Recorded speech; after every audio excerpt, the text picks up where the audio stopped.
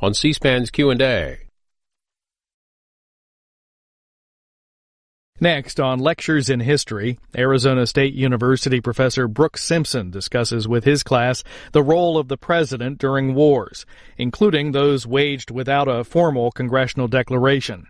He examines the ways American foreign policy and presidential powers have evolved. His class is about an hour and 15 minutes. We're going to talk about presidents and going to war.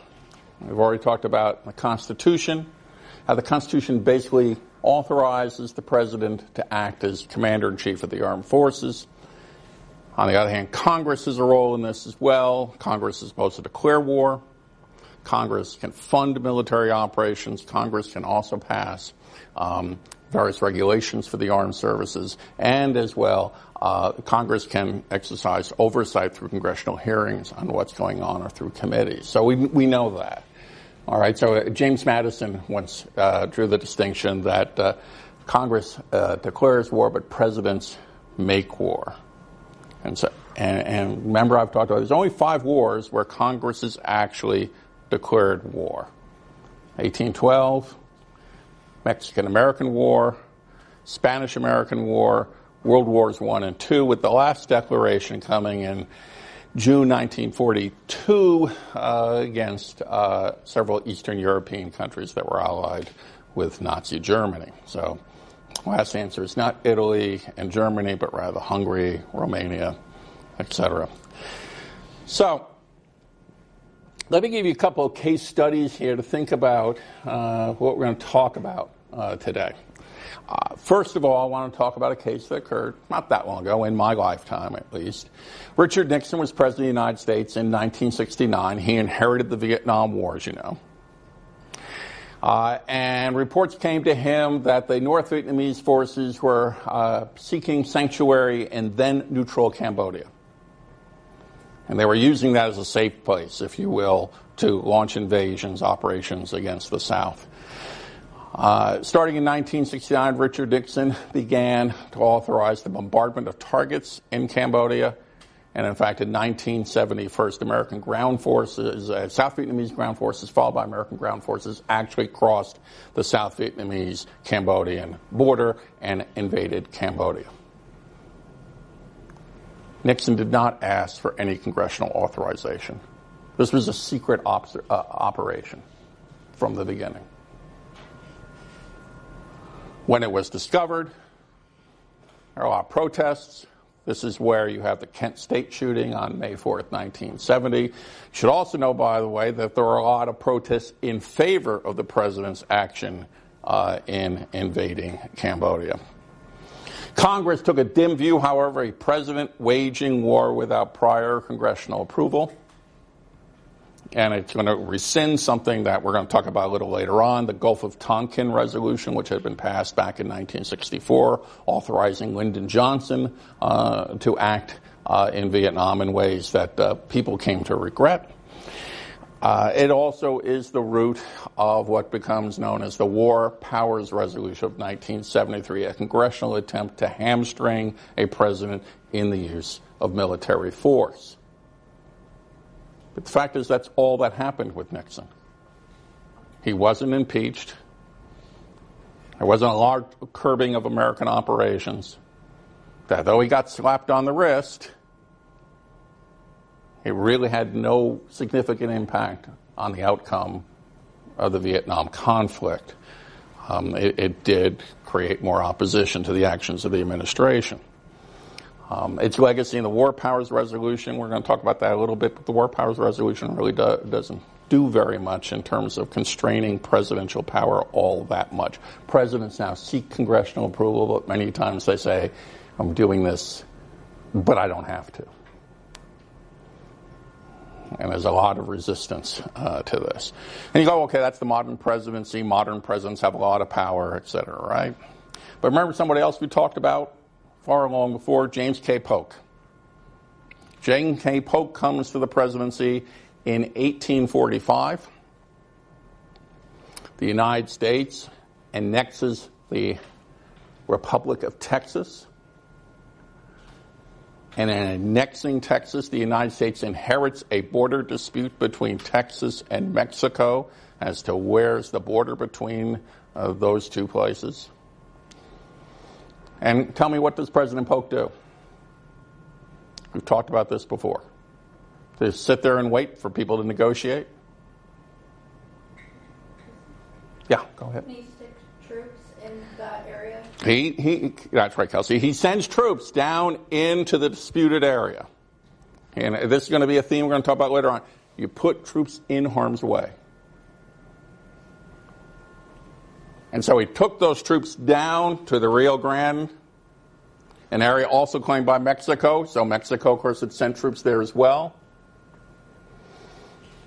In the spring of 1846, opposing forces fire on each other. And President Polk, who has tried through various ways to gain his way with the Mexican government, and who's already planned for a major military operation should war break out, an operation that simply doesn't talk about remedying the border dispute between Texas and Mexico, but an operation that will take over other parts of northern Mexico, including the very place we're standing right now. Polk takes this moment, this firing on American forces, and uses this as a reason to declare war. And Polk's message to Congress on this in May 1846 is instructive, because after outlining the problems with the United States as an injured, innocent party against a recalcitrant and unresponsive Mexican government, says that war exists notwithstanding all our efforts to avoid it, like sending troops into a troubled area. It exists by act of Mexico alone. It's the thing we're going to come back to. This notion that when the United States goes to war, it goes to war because it's been attacked. It had nothing to do with creating the situation where hostilities break out. And you know that, in fact, there's an Illinois congressman, a Whig from the central part of the state, lives in Springfield.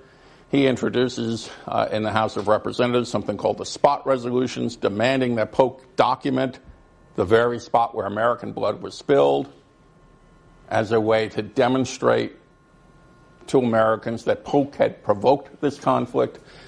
That congressman was Abraham Lincoln.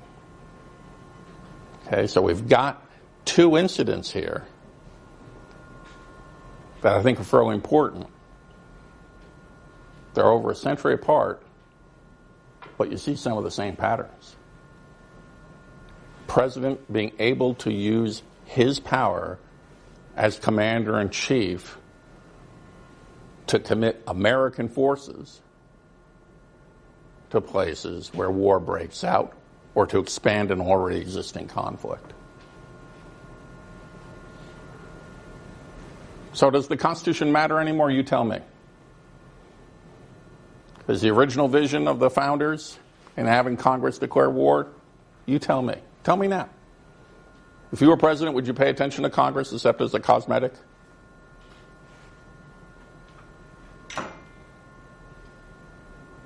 Michaela, come on, I see that. Give her the microphone and tell me what you think. I do agree that it is a bit of a cosmetic thing, that we pride ourselves on being a nation of the people, so we need to justify ourselves to the people. The president can technically do whatever they want, but they have that responsibility to report to the people who put them in office. Okay, but would that be Congress or the voters or whom? Does the president have an obligation to tell Americans what's going on? I think so. What the rest of you got about that? President should be candid, open, transparent. That's what Nixon did wrong. He just didn't tell people we're bombing Cambodia. I want you to think about that. Let me ask you this. What if Richard Nixon had gone to the American people and told them what he was doing before he did it.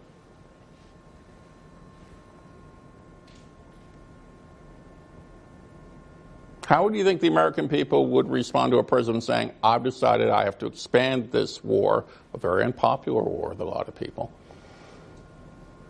I'm going to have to violate a country's neutrality because that country's neutrality, Nixon would have argued, was already compromised.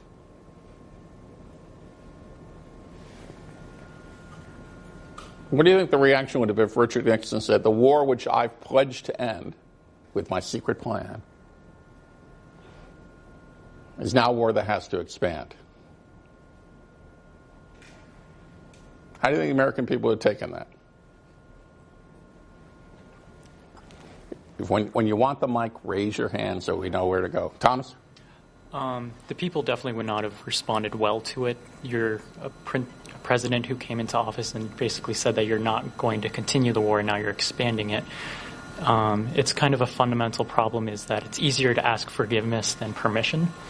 In this case, I would say that the Constitution really doesn't matter because the Constitution as a fundamental document is intended to create conflict in regards to deciding, and that takes time. The war doesn't necessarily respond to time or allow you to... You got to make that decision right then. You have to make the decision right then. Okay, Andrew wants the mic.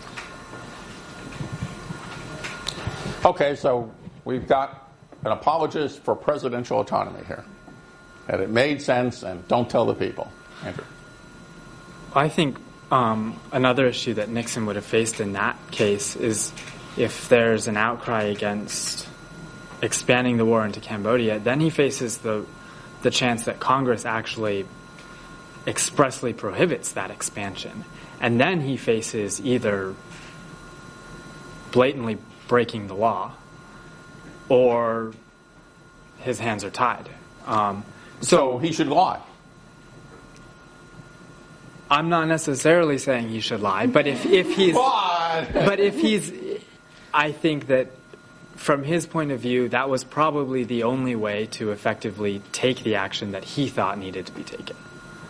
I'm not saying that's good or bad, but I'm saying I can understand from his perspective you can understand why he would have done it that way. Was it good or bad? Define what you mean, by the way, by good or bad. Well, I would say that it probably ultimately didn't help American interests, and so it was probably a bad move. And maybe we all would have been better off if he had said that that's what he thought needed to be done and Congress prohibited it. I would say that would probably have been the better move. I'm just saying I understand from his perspective. Okay. Understanding what a historical figure does is not the same as justifying it. Yeah. We do this all the time. We try to understand why people did what they did, but that doesn't mean that we say we approve of what they did. We may, in fact, not care very much for what they did, but the fact is we have to understand, part of the pastness of the past is understanding why do people do things that you might not think ought to be done. Yeah, since you've got the mic right there, handy. Well, that raises the question, when we analyze historical figures, especially presidents, do we define good as in following the will of the people or as in doing what would be in the nation's best interest? That's what I'm saying. That's why I'm saying you got to define what is good or bad. Mic down there. Harrison? Yeah, I would say that like a president sometimes going to have to lie, just because it's every president basically of the last 40, 50 years has had a big lie. Iran-Contra, we didn't sell weapons for hostages, or Monica Lewinsky, stuff like that. Not an issue of war and peace. With not nearly as important, but every president has to lie sometimes. Sometimes it's worked well. I mean, I remember like a couple years ago when Obama was saying he was going to put ground troops in Syria to make the Russians back off and get the chemical weapons out. And he lied to everybody. I mean, he had everybody played. It was great. He had Congress like, you're usurping our authority, and it was, great move because he got the weapons out of there. So I think there's such a good thing. There's a thing as good lies, for sure. So if a lie turns out well, you can deal with it. Well, I mean, everybody likes a bad idea when it works, but I think it just depends on, the nature of, the president's intention. Oh, good. You have a future as a presidential speechwriter. So we have so far people are embracing corruption. So we got Halderman and Ehrlichman's here. I'm very impressed. Go ahead, John.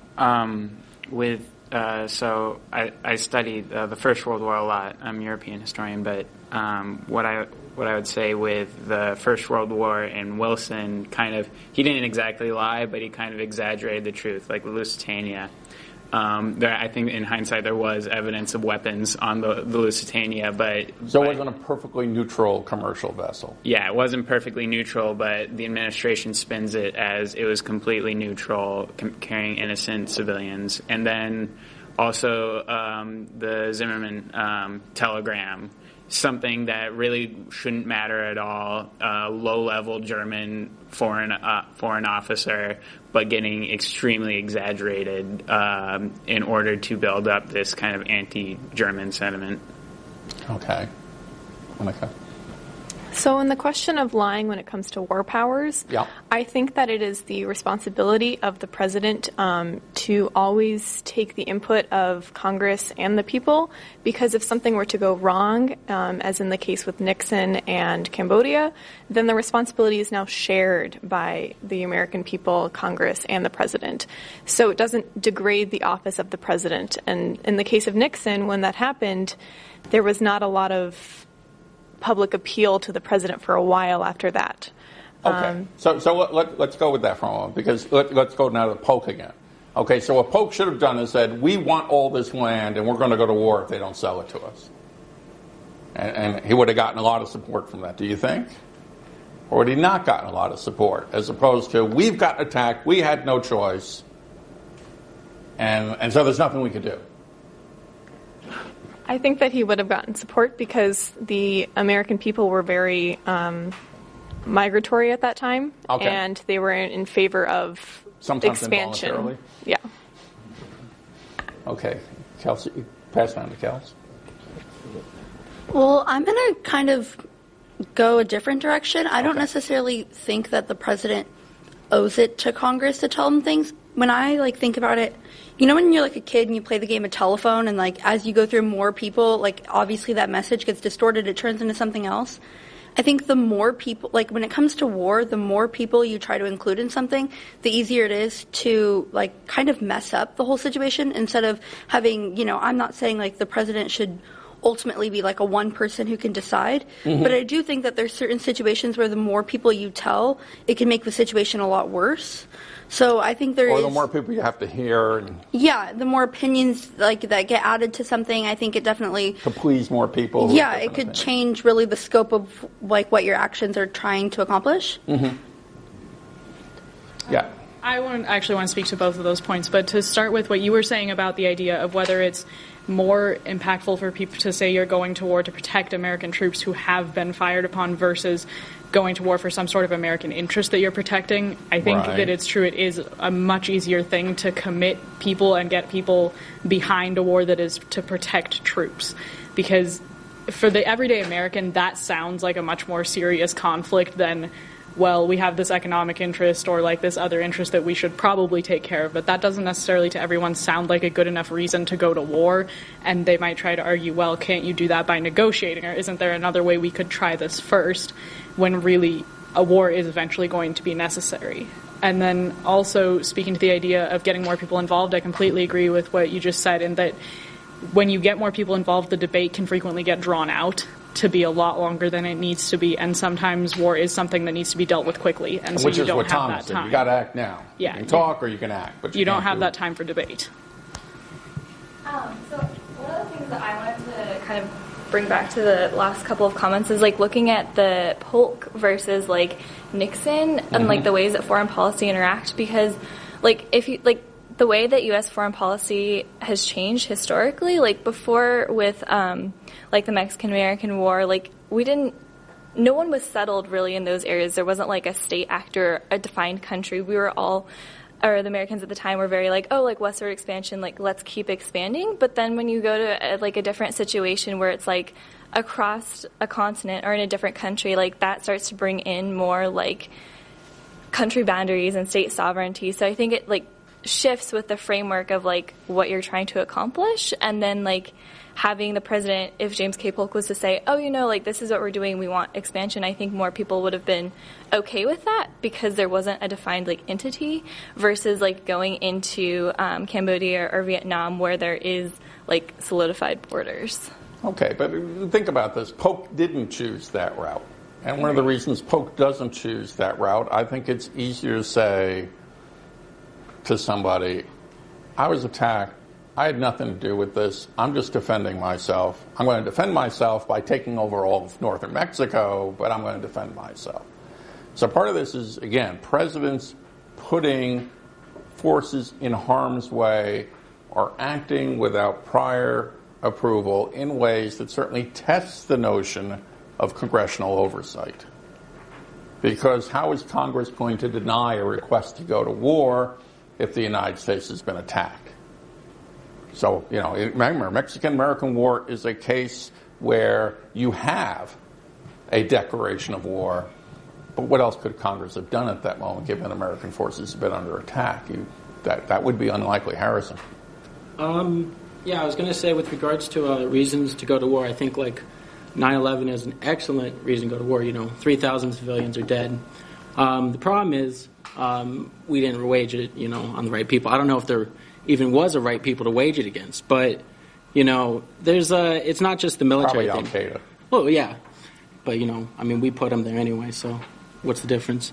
But I think it's more than just a military thing, of course. Like, especially if the people are attacked. I mean, that's how we got more than just the Iraq War. We've got the Patriot Act, you know, expanded NSA, all those types of things. So I feel like that's an instance, if I'm playing devil's advocate, where like presidentialized did not go so well. Okay, because I want to get some of these concepts now, because we've talked about Nixon, we've talked about Polk, but obviously they are not standing alone in this regard. And remember, one of the themes of this course is that, as opposed to the notion that the 20th century brought across a modern presidency that was substantially different than the previous presidency, that while there is a change towards from an original presidency to a modern presidency, and we've talked about some of those changes, are also issues that presidents face that they had always faced. And these problems have come up before, time and again. In terms, for example, we talk about wars that took place without a formal declaration of war. That starts with the beginning of the Republic. George Washington's wars against Native American tribes, and all those tribes going down, all the way down to First Nation wars, down to Wounded Knee. Presidents don't go and ask permission. Can we go to war against the Sioux? Can we go to war against the Apache? I mean, you know, theoretically, the war against the Apaches, the wars in the Southwest against Native American tribes are actually the longest American military engagement in terms of a hot war in American history. And we don't usually list those as wars when we first think of American wars. All right, John Quincy Adams, the quasi-war against the French. He consulted with Congress, people were aware of it, but there's no declaration of war. Thomas Jefferson, Barbary Pirates, congressional oversight, but no declaration of war against the pirates. I mean, you look at them as, you know, the predecessors of the terrorists in this regard. And it's the Mediterranean. And you know. So we've got examples from the first three presidents of going to war in different ways which don't involve a declaration. Number 4 president, James Madison, is the first president to actually ask for a declaration of war against the British. And by the way, one of the great trivia things that involves the War of 1812 is the United States almost went to war against France, too, at the same time, which really would have been an interesting thing. We're just going to go to war against everyone.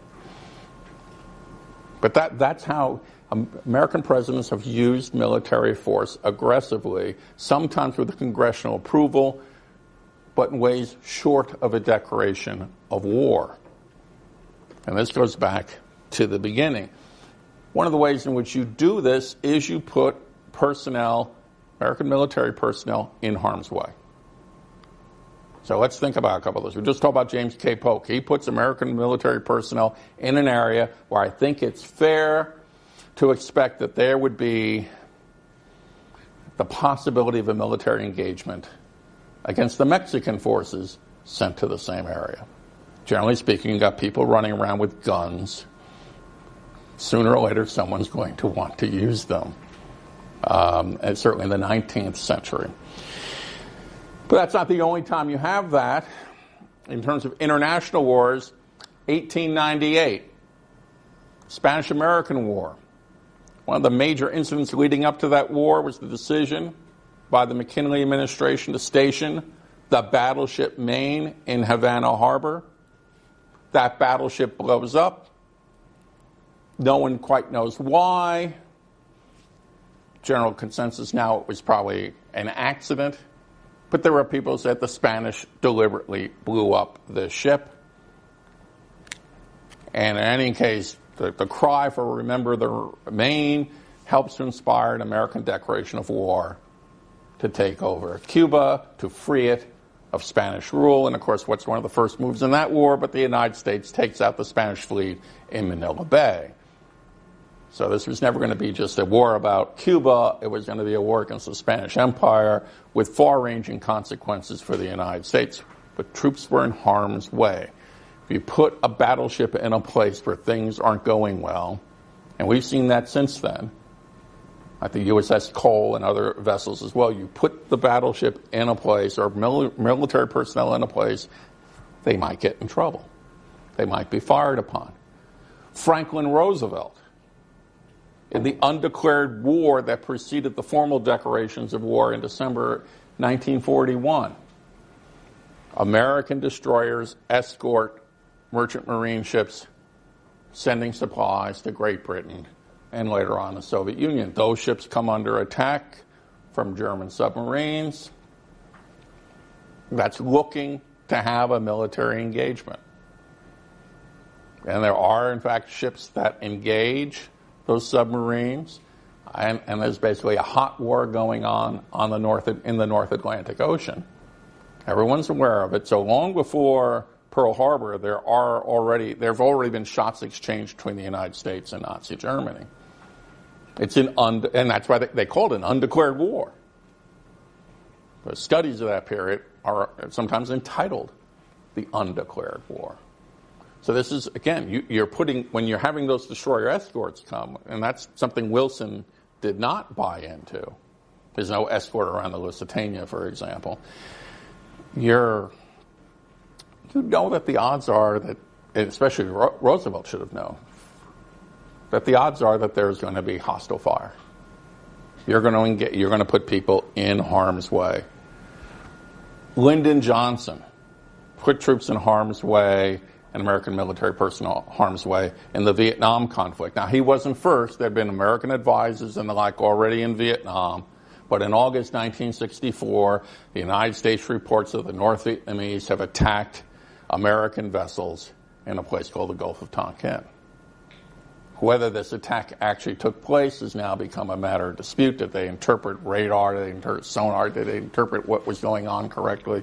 But the fact of the matter is that Johnson used this to get the Gulf of Tonkin resolutions passed by Congress almost unanimously, authorizing him to use military force more aggressively.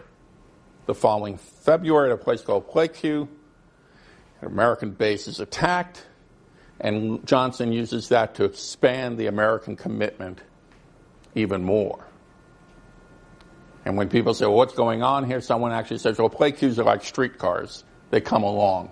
In other words, sooner or later, we know there's going to be an incident, and that incident will give the president justification to act. So if you put people in harm's way, sooner or later harm is done to them, and then you can portray yourself as having been attacked when, in fact, you've done something fairly provocative that makes the likelihood of the attack go up. So even the Reagan administration, remember, the blowing up of the Marine barracks in Beirut, Lebanon. Well, but there's a Marine barracks in Beirut, Lebanon. Why are there Marines in Lebanon? you put American forces in harm's way, there's a good chance that harm's going to come to them. And then you as president can cite that event, if you so choose, to escalate American involvement. And congressional approval isn't something you ought to worry about, because who in Congress is going to vote against protecting American military personnel? So you could put troops in harm's way and basically vitiate the requirement that Congress has to declare war in many, many cases. So we've got that. So linked to that, I want you to think about another thing, is that the United States always wants to say that it's been attacked. Now, I want you to think about ways in which the United, even not quite in your lifetime, but in certainly your parents' lifetime, how the United States has used this notion of we've been attacked. We're defending ourselves or defending someone else who's been attacked. All right? And where a classic case where this becomes troublesome in American history is actually the beginning of the American Civil War. Now, Abraham Lincoln becomes president in March of 1861. There's a garrison of United States military personnel in Fort Sumter in Charleston Harbor. Now, we talked about how Fort Sumter is built to repel attack from the sea, but now it's going to be attacked from the very areas it's supposed to defend. And remember, Lincoln is told that garrison has 6 weeks of food and supplies, and at that point it needs to be resupplied or it'll be forced to surrender. Okay, what should Lincoln have done? And why? You've got a rebellion on your hands. These are bad guys. These people are contesting your authority. They're doing something which you have claimed is unconstitutional secession. Yeah, Thomas. I'm going to continue to support the president in that. I think he should have sent the reinforcements to Sumter even under the guise of being just food, because obviously it was more than that, but it was just supposed to be, he said it was just food being sent to Fort Sumter so they wouldn't starve. Well, they had a vessel that had food. They had other vessels with military personnel in case that vessel was attacked. Okay. But there is a vessel with food. So it's not like Lusitania with a vessel sent for one person that really has another. But part of the flotilla had other people on it and military personnel. If I was President Lincoln in this instance, I would have sent that vessel because they're already in secession. They're basically declaring their independence already. It's going to turn into war anyways. It's just you need to spin it to a way that your people will actually support you in conducting war. Because think about this. Well, Lincoln could have just said, look, this is wrong. This conflict is Johnny's microphone. Secession is wrong. I'm going to compel obedience from a military force. Washington, after all, had done that during the Whiskey Rebellion. Jackson had threatened to do that during the nullification crisis, which involved South Carolina.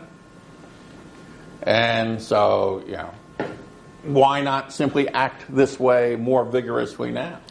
As was stated before, it's really powerful to put yourself in that defensive position to say we've been attacked, they're the aggressor, and it's a political game both domestically and almost internationally, with the president kind of nudging the administration, the United States military in one direction, putting forces in harm's way, keeping forces at Sumter, and it's a political game with the South, a war game with the South. Go on, fire at us, see what happens. The blame for starting the war is then going to be on you, not only to galvanize support in the North, but also maybe internationally. But why not just simply withdraw? This is not a good place to be. Our troops are vulnerable. This is not the time or the place I want this war to happen. I think he doesn't withdraw the troops because if he does, he shows that he's weak, which I think it's different to be attacked than it is to retreat. Okay. Remember, Abraham Lincoln is not the only American president involved at Fort Sumter. And so when Lincoln says, I'm going to reinforce the garrison in terms of resupply, not in terms of creating putting more soldiers there or ammunition, just food, just supplies. Jefferson Davis is a choice. Put yourself in Jefferson Davis's shoes. Why'd you fire?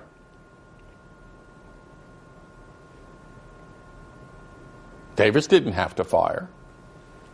Davis could have seen this as simply a resupply mission that continued the status quo.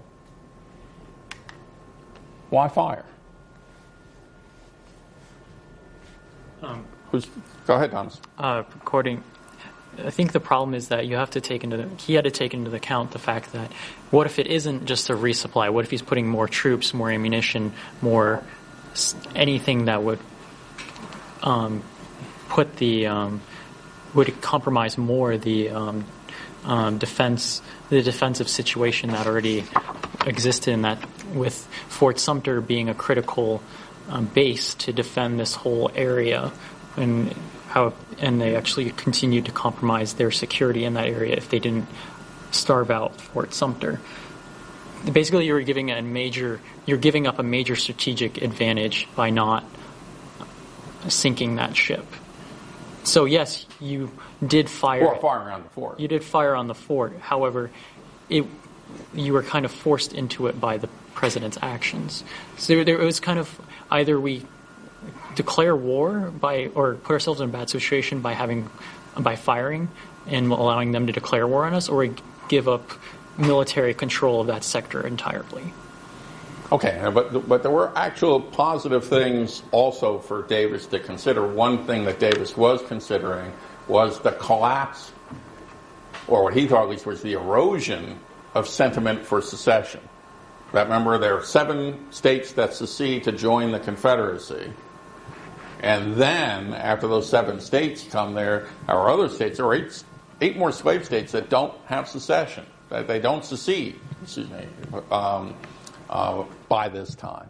So when Lincoln becomes president, there's only 7.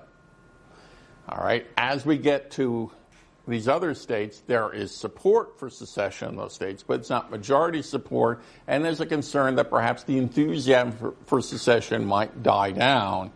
But if Davis confronts Lincoln, opens fire, that will encourage secessionist forces, especially if Lincoln then has to call for troops to put down a rebellion. Because then other people say the president shouldn't coerce people in this way. And so actually I would argue that both presidents benefited from escalating that confrontation at the point of military conflict. Davis got his states, Lincoln got his freedom of action. But notice that there's a lot of argument with people saying, but Lincoln didn't cause the war, or did he? Davis didn't cause the war, or did he? I would argue that both of them accepted the risk of war because they thought it might actually pay off. I think a contributing factor to a president's decision is not merely the strategy, like the technical strategy, but also just the message and how much of a political statement can be made. I think in the case of Lincoln or any president, it's about what the people perceive, and it's more about the power of persuasion instead of the hard power of becoming the commander-in-chief. It's talking about the ability to gain the right perspective for people. And in that case, it doesn't particularly matter whether or not what the motivations are. It's more about getting the right message across. John? Yeah, it's definitely persuasion and garnering domestic political support, because both President Davis and President Lincoln satisfied their own goals. Because Lincoln argued secession is illegal, therefore we have a right to be at Fort Sumter. Davis could argue because secession is legal, they have no right to be at Fort Sumter, so they can both claim we were attacked, they are the aggressors, so they can both... And they both did. And so they can both garner that domestic support. Davis's argument is to say we just want to be left alone. And you're staying there at Fort Sumter is not leaving us alone. It's a deliberately provocative act that we cannot tolerate. But notice it's very important for both sides to say, we're on the defensive. We're the victim. We were forced into this. We didn't do this willingly. But both sides, in fact, take measures and make decisions that escalate the conflict to the point that it breaks out in armed hostilities. Okay, forward to something that's actually in your lifetime, although you probably in many cases don't remember it. The invasion of Iraq in 2003 and the claim that there were weapons of mass destruction that Saddam Hussein might use. Why did the Bush administration so readily adopt that explanation?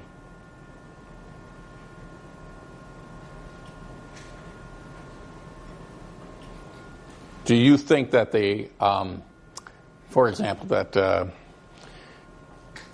American people would have supported an invasion of Iraq just on the grounds of removing Saddam Hussein it wasn't suggest that he was a bigger threat than he was? Yeah, Abby. I think it speaks to the point of sometimes you have to exaggerate the threat to get support for it, and that WMDs sound like a really big, really scary threat that we should take care of immediately and that we shouldn't necessarily go through a congressional approval process for, that we just need to deal with it. And so garnering support... Well, I did tell Congress. Well, they did yes, tell Congress.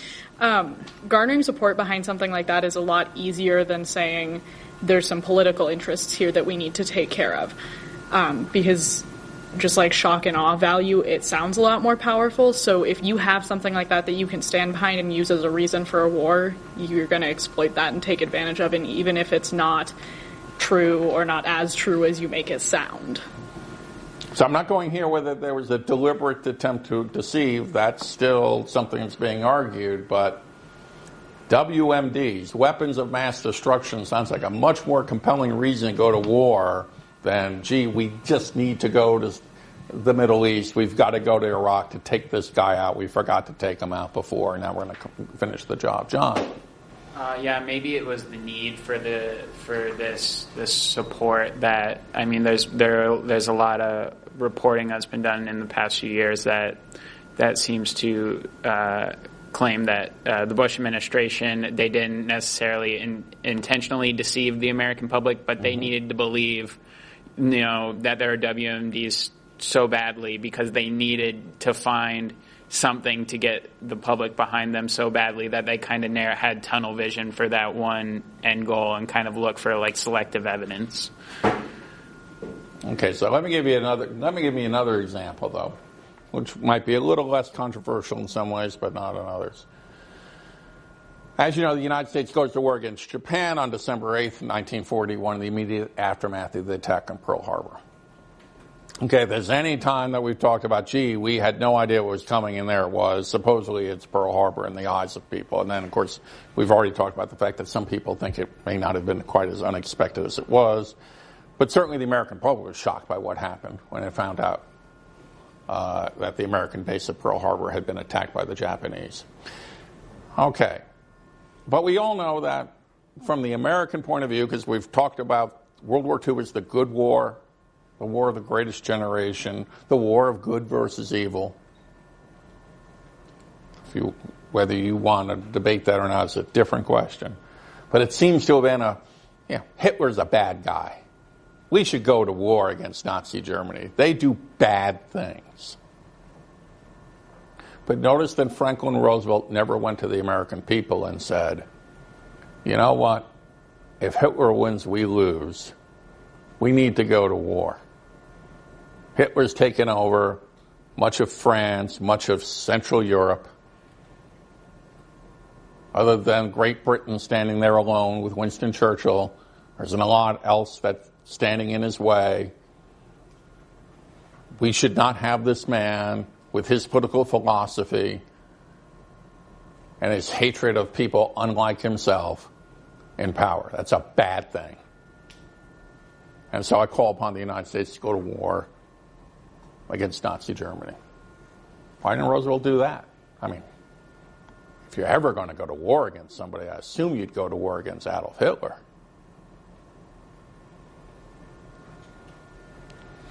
Harrison. He just didn't need to.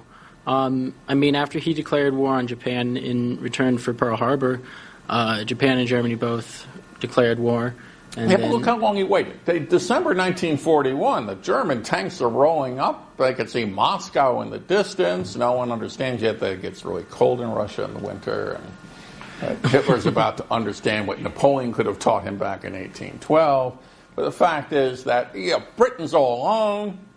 They've just fought off the Luftwaffe in the Battle of Britain, the threat of invasion, but it's kind of tough at this point. Wouldn't it have been smarter to have gotten involved in this war earlier, before Hitler had taken over all this stuff?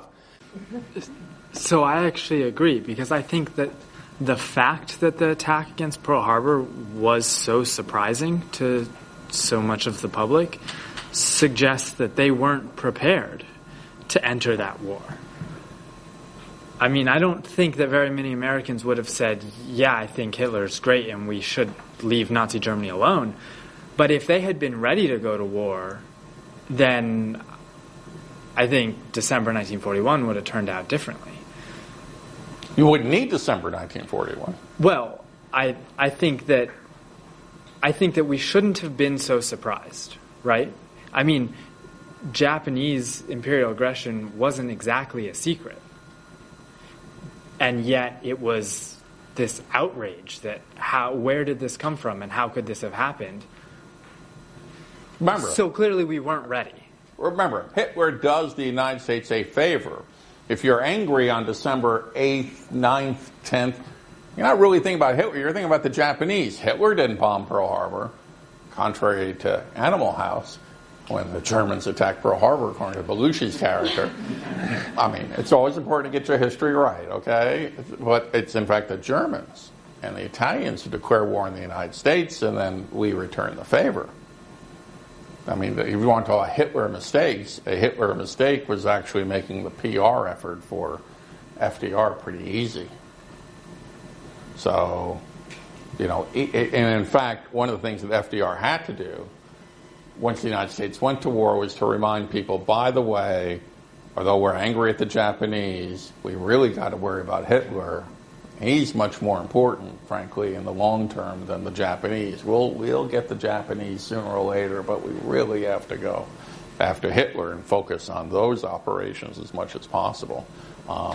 At least have a divided effort, because before then you would have said, heck, Hitler didn't attack us. The Japanese did. We should go after them. Abby. I think that in this particular case, a lot of it also is kind of what people have been saying, but a case of denial of the severity of the issue, and that I think a lot of people wanted to believe that Hitler could be dealt with diplomatically and in a nice, friendly way, talk to him and negotiate. And you can see that through the fact that FDR wrote him letters talking about maybe you shouldn't invade these places, and obviously that didn't work. And from FDR's perspective, that should have been a pretty significant warning sign, but I think the American people still wanted to believe that we could do something without declaring war, because war is such an enormous move. So I think that it was just a lot of denial that Hitler isn't that big a deal, we don't need to take care of it right now. And then we kind of needed a Pearl Harbor to open our eyes to see this really is a global conflict. We do need to get involved. Microphone down there. So the public needs to be inspired to go into a war it might not otherwise have considered in terms of national interest and power politics. Caroline. I was just going to say, I think that denial only works when the American interests or American people themselves aren't directly threatened. Because you see with 9/11, when Americans are the ones who are being threatened, there's no denial about, maybe we can, appease the threat or whatever. It becomes that war is necessary. So really, I think it really just depends on the American interests. Okay. All right, that's a good point. That once you are punched in the nose, it's not and we've got someone down there. Once, I don't know if you ever, my parents used to tell me, walk away from a fight in the playground, and I said, that just tells me you've never been on the playground. Go ahead. But if, how you asked earlier, why didn't he come out and say, Hitler is bad, this is a threat, and that's the reason we're going to war? I think the president would have had to present the war to the American people as a war out of fear and not immediate threat. It would have been more we're fearful of a possibility of attack in the future. Okay, but we've actually, conducted what I call preemptive wars. If we don't do this, something really bad is. We haven't been attacked, but we will be. All right, and I think that it's interesting that you don't have a president, and any of these presidents, saying, "Here's the global situation. Here's the American national interest. To secure the national interest, we are going to have to engage in a war, and so I ask you to engage in a war." So Polk doesn't go and say, "We really want to have this chunk of territory from Mexico. It would help American expansion. We are a nation of conquest and expanding westward. This is our manifest destiny. Let's go to war to take it because we've tried to buy it and they won't sell it. So we'll take it." And notice that the president is going to speak that way. We want stability in the Middle East. We believe that Saddam Hussein is a destabilizing element in that region. We are worried about guaranteeing our supply of oil from that region. We need to take him out. That's the way it is. He may be connected to Al-Qaeda and Osama bin Laden, but he may not be. That's not important. We need to take him out. Those speeches, which would be a lot different, are not the kind of speeches that arouse a lot of popular passion, as opposed to yesterday, December 7th, 1941, a day which will live in infamy. Well, that gets you going. Andrew. So I'd say, though, that that's an indictment of us, the public, not of the president overreaching. Because if the real reason that we need to insert ourselves more aggressively into an international conflict is real, serious American interests, but our disinterest as a public in... Or a lack of interest in this case. Yeah. In events outside our borders, that's our fault, not the president's fault. And therefore presidents are basically, you're going to give them a pass when it comes to lying because the American people really aren't ready for the truth. Well, I don't know about... So the Nicholson defense works. I don't know about not ready for the truth. I'm not saying that we're too stupid to understand our interests. I'm saying we're not aware enough to understand that our interests are at risk. What if we're aware when we just don't think those interests require war? Well, then that's a case when Congress should restrain the president. But I don't think that often is the case. But Congress needs to know what's going on before it can restrain anybody. Thomas and Andrew folks down there want to... I think the problem that you're coming across here is that you're treating the American public as like having one collective idea of what needs to be done, whereas it's a multitude of opinions and ideas that each person has that are different than everyone else's. And so I guess they can't handle the truth because it's not really possible for a president to establish a unifying motive for the entirety of the American populace, besides something like an us versus them scenario.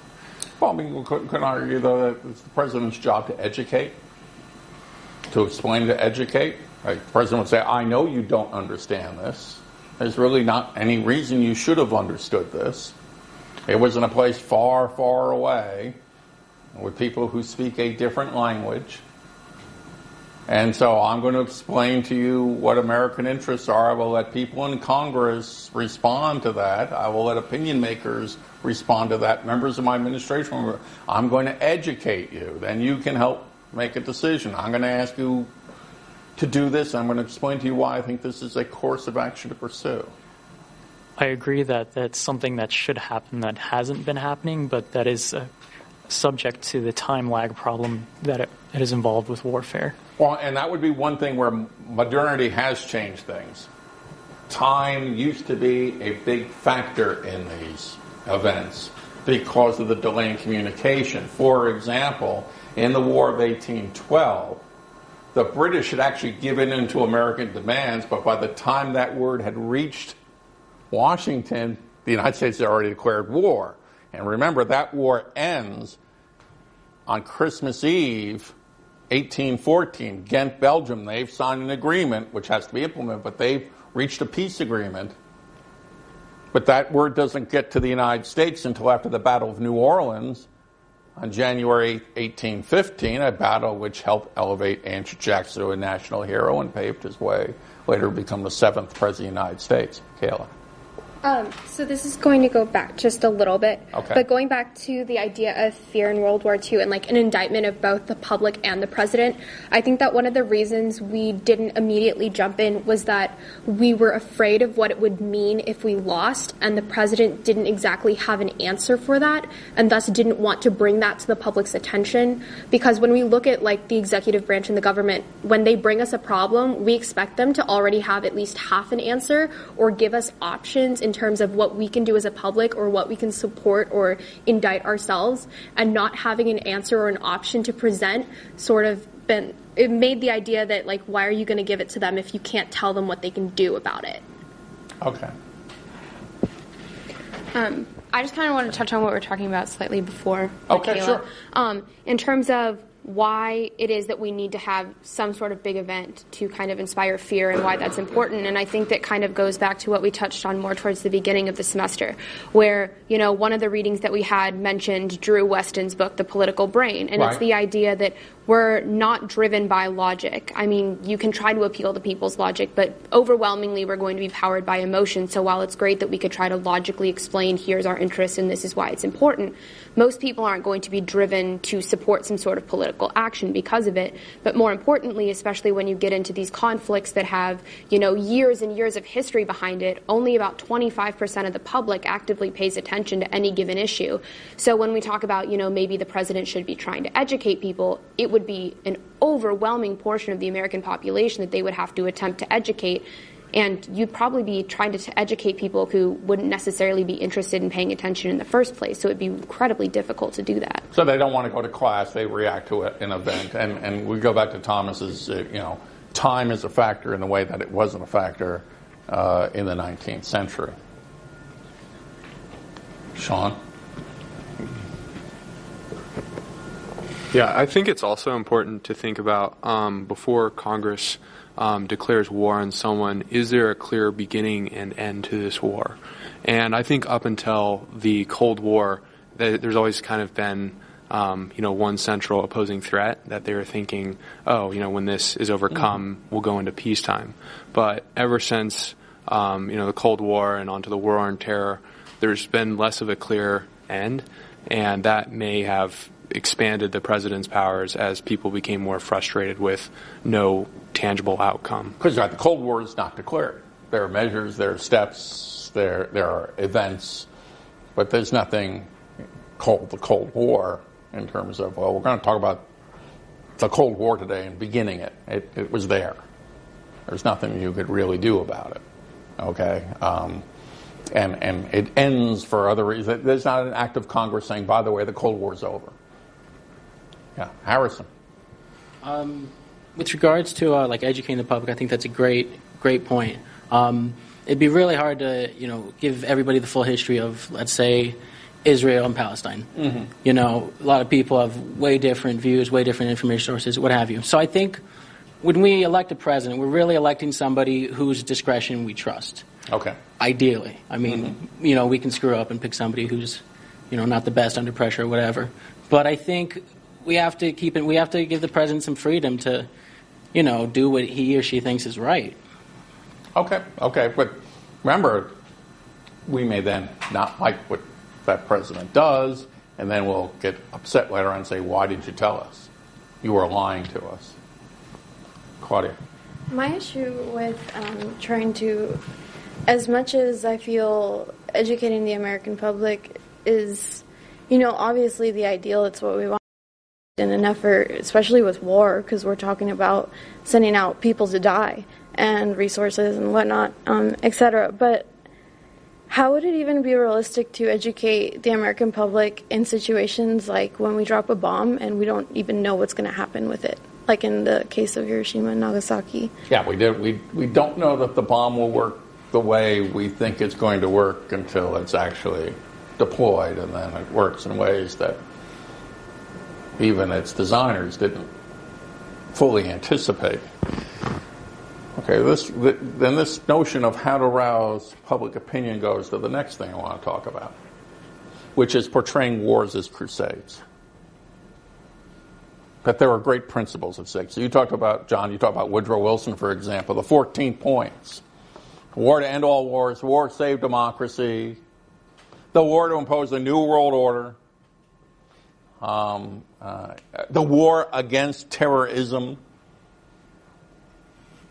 that wars become crusades, because that's one way in which you tell people this is a war of good against evil. We, of course, are good. And we are going to subdue evil. And think about how that sometimes turns out. Sometimes in the end we wonder who really is good and who's really evil, or some combination thereof. Sometimes a war to destroy evil requires us as Americans to work with people who later on we find aren't a heck of a lot better than the people that we've joined with them to fight against, the Soviet Union. And of course, by the way, the Soviet Union would view the United States in the same way. They would say that this is just a moment and have good reason to distrust the United States. From the Soviet point of view, they would say, after all, if you thought Hitler was so bad, why did you not do anything when he invaded us? Why did you wait until he's on the outskirts of Moscow? And then you didn't even come in for us. You came in because the Japanese attacked, and then the Germans did you a favor. There's no reason from the Soviet point of view to trust American interests and motives any more than for the Americans it came to trust Soviet interests and motives. Okay, but we like to fight wars as crusades. So here we are, the innocent country. We've been attacked. We haven't done anything to cause this. But now that we're engaged in this war becomes something more than just a fight to retaliate. Wilson's 14 points say we're going to really remake the world in an American image, complete with an international organization that's going to Americanize global politics. And one of the reasons Americans become disenchanted with World War I and its results is that's not what happened. The Wilson vision is not realized, and a lot of Americans didn't even want to get into that vision. I mean, that's one of the things we want to go back to Congress. Congress always resisted, at this time especially, and Wilson was unwilling to compromise on key points of the Treaty of Versailles when it came to American membership in the League of Nations, which is the forerunner of the United Nations, because that would surrender, they felt, congressional autonomy to commit American forces. And FDR's design of the United Nations, when the United Nations is proposed, it's proposed with safeguards that say everyone's equal, but some are more equal than others if they're members of the Security Council, including the United States. The United States will have a veto, so the UN supposedly in big issues will never do anything the United States doesn't want it to do. Which sounds, well, that's good, that protects everything. But in which the event in which the United Nations played a most critical role, the Korean conflict, the only reason that the United States was able, as part of the United Nations coalition, to commit itself to that conflict and say, we don't have to ask for declaration of war, we're simply observing our obligations as a United Nations charter member, is because the Soviet representative happened not to be there that day, because he was protesting the fact that nationalist China was still part of the Security Council and not the People's Republic of China. So there was no one to veto anything. But notice that even there, we've got this great cause. We want to make sure that communism doesn't spread. We're going to protect American values. What do you make of that? John? I think this goes along with our last point of portraying it as a defensive war in order to galvanize domestic support. I would say the administrations do this to the United States in the best position to win the war as possible, at least World War II and before that, especially with universal conscription, you need the entire public to be behind the war, or how do you know of the quality of troops we're sending over? We need 100% dedication from almost 100% of the public. And it's easier to get it that way. Yeah. It's easier to, again, if you're defenseless, but you're fighting for a great cause, it's easier to sell that conflict.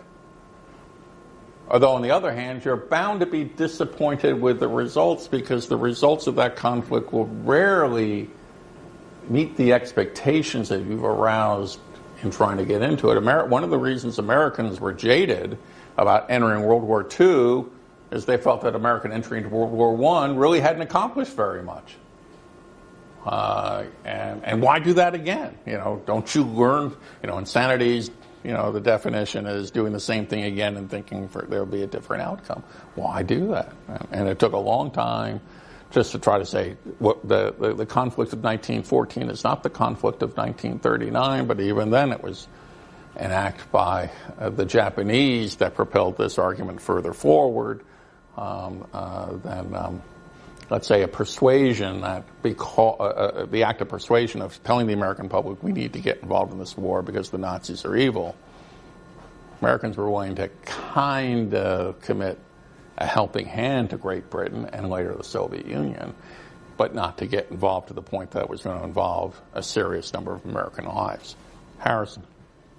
So we talked about this idea of how we like to envision like a big grand scale thing to put ourselves to. So I guess I kind of have a question. Yeah. It's kind of a sidebar question. So other types of, I guess you'd call them crusades, social crusades, let's say stuff like illiteracy, poverty. Why do you think there's any significance that we say we have a war on these things, war on drugs, war on poverty, war on whatever? Do you think that helps galvanize and maybe mobilize the American people at all? Yes, otherwise we wouldn't use those terms. All right, that we like to talk about things as conducting wars, and wars that we assume are going to end up with victories. And to sell it in a different way, I think, is very difficult. And let me give you an example. George W. Bush, early on when he talked about the war on terror, argued that it would be a different kind of war.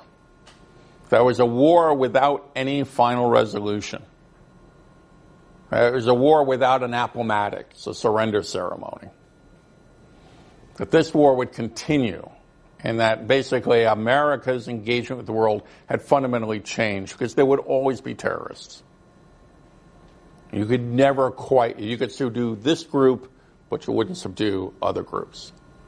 And I mean, there are historical examples of that, and including, by the way, the American Reconstruction. You could subdue the Ku Klux Klan as a terrorist group, but it was replaced by other white supremacist terrorist groups like the Red Shirts in South Carolina, the Knights of the White Camellia in Louisiana. In other words, you think just because they're no longer wearing their bed sheets that they're out. Well, no, there are other people, and, instead of white sheets, there were red shirts in South Carolina. Same thing, American terrorists. All right, so Bush makes this argument. Subduing terrorism is a different kind of war, different measuring sticks, different way to wage what we're doing. People didn't like that. It was much easier to land on an aircraft carrier and say, mission accomplished. We've won. Statues have been pulled down in Baghdad. Everything's fine. Few casualties. We'll just help them set up shop, and then we'll come home. Victory is ours. All right? And much like the American Civil War, again, prolonged occupation, terrorist warfare, unconventional conflict, etc. Same thing as what had happened between 1865 and 1877. Yeah, Claudia. Couldn't one argue in the case of Bush that in trying to fight terrorism, we just create more terrorism and resentment? That would be the other thing, that one could argue that the measures taken to wage a war against terrorism involve military operations that sometimes, among other things, kill innocent people, which creates more resistance. Sometimes the rhetoric that accompanied American operations in the Middle East over the last 15 years included, we're going to remake the world in an American vision, which is exactly what motivated many terrorists in the first place. We are protesting the westernization of our traditional culture, the secularization. So when you say you're going to make us over this way, this is exactly the problem in the first place. So, for example, in Afghanistan, the intervention in Afghanistan, if you look back at the discussion about that, there's a discussion that emerges about the status of Afghani women. And that one thing that the United States will do in this intervention is elevate the status of Afghani women, that they've been mistreated. Now, again, no one had talked about this issue beforehand. All of a sudden, this became a major issue. Well, in other countries, in other cultures, in other religions, status of women, status of men are very important. And they're like, you're going to remake everything in your vision? Isn't that what we said they were going to do? So that every time that the president or someone in the administration made this argument, it was a gift to the terrorists who said, you know what? We warned you that this is what they were really about. They're going to take away who we are and substitute Pizza Huts and McDonald's and Cokes and do away with those values we hold dear as a traditional society. They are a threat to what we believe. So this is an ideological conflict that justifies jihad, that justifies terrorism. We have to stop them. After all, the World Trade Center, if you actually know who occupied the World Trade Center, you'll understand there wasn't a lot of World Trade Center occupants, so to speak, involved in international trade. But one of the reasons you target the World Trade Center is you see that as the center, the headquarters of American global capitalism. Their way to dominate the entire globe, and you're going to take it down. You're going to damage it in some way. The World Trade Center, I remember when it went up, and it was designed for something completely different than it ended up being. Kayla.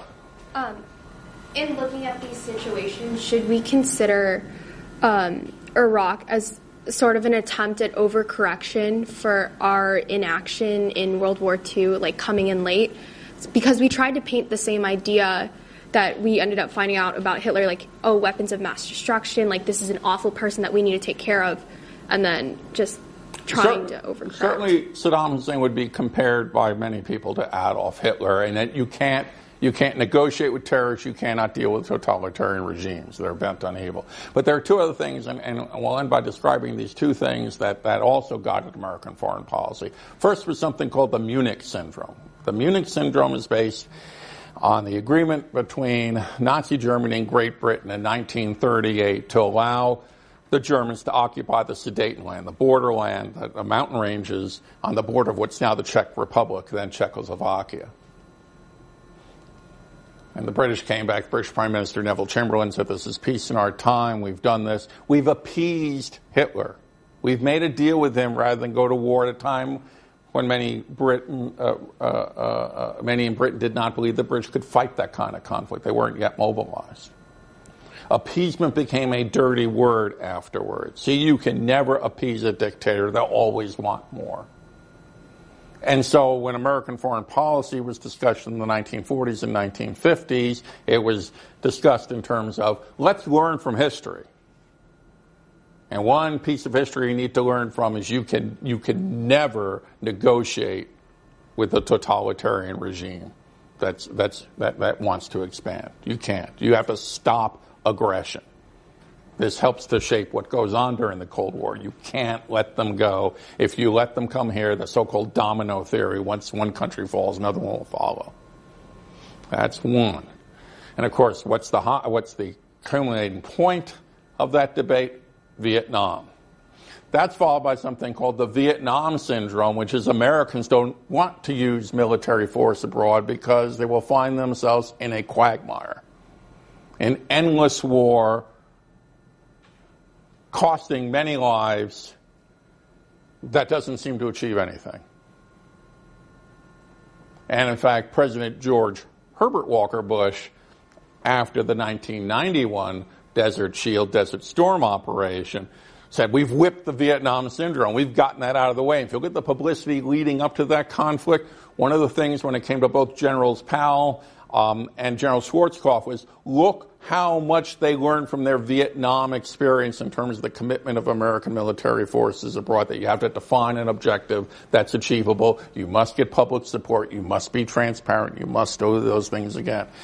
One could argue now that we're about to have a Middle East syndrome come out of this, of look what happened to the United States when it committed military force in Iraq, it committed military force in Afghanistan. Where did that leave us?